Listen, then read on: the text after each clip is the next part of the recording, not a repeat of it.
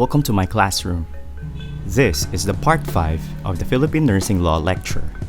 Now, according to the Section 14 of the Nursing Law, the BON has the full responsibility of defining the scope of the board examination.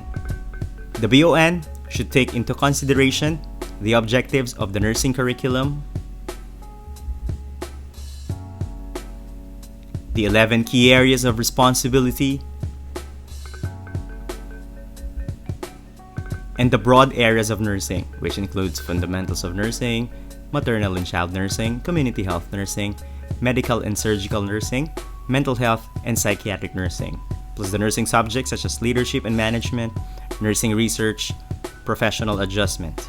The board exam is a 500-item examination that is composed of 5 subtests, with each subtest having 100 items. Next is Section 15 of the RA 9173 law, and this section stipulates the board rating that is required to pass the board examination. In order to pass the board examination, the examinee must obtain an average rating of 75% or higher, and there should be no rating that is less than 60% in any of the subtests. Now look at the sample score in the NLE.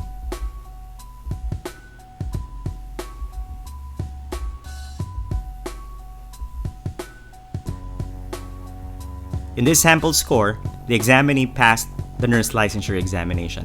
Since the general average is 76, which is above 75, and the examinee obtained no rating that is less than 60%.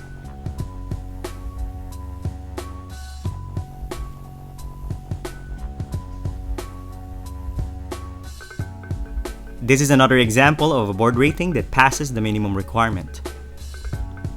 This third example got a rating of 74.8, which is below the required 75. It means that the examinee here failed the examination. Here's another example of NLE scores. While this sample score got a whopping 82.4 average rating, the examinee scored only 59 on Nursing Practice 2. So this score is conditional.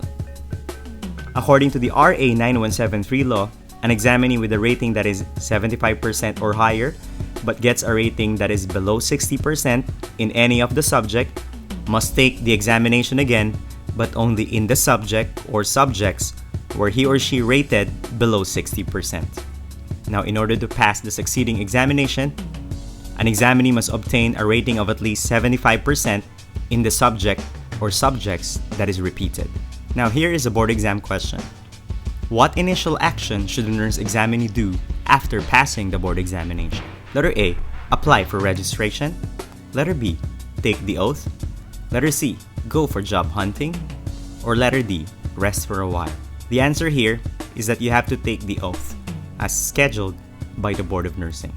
There's no need for the passing examinee to apply for registration, because according to Section 19 of the RA 9173 law, all nurses whose names appear at the roster of nurses who passed the board examination shall be automatically included in the register. They are termed as ipso facto registered nurses under this act upon its effectivity. Ipso facto means based on the fact that an examinee's name is listed on the passer's list, it means that the said examinee is automatically registered, meaning there is no need to apply for registration. However, even though they are ipso facto registered, before receiving the license and being permitted to practice the profession, all passers are required to take an oath of profession before any of the following: PRC official, mayor, ambassador, or the president. Now, Section 17 is about the issuance of the PRC license. After paying the prescribed fees and being under oath, the nurse can now receive the PRC license card that bears the following information. It bears the full name of the license holder, the registration number, and the registration date, and its date of expiration. It also specifies the profession and bears the logo of the PRC.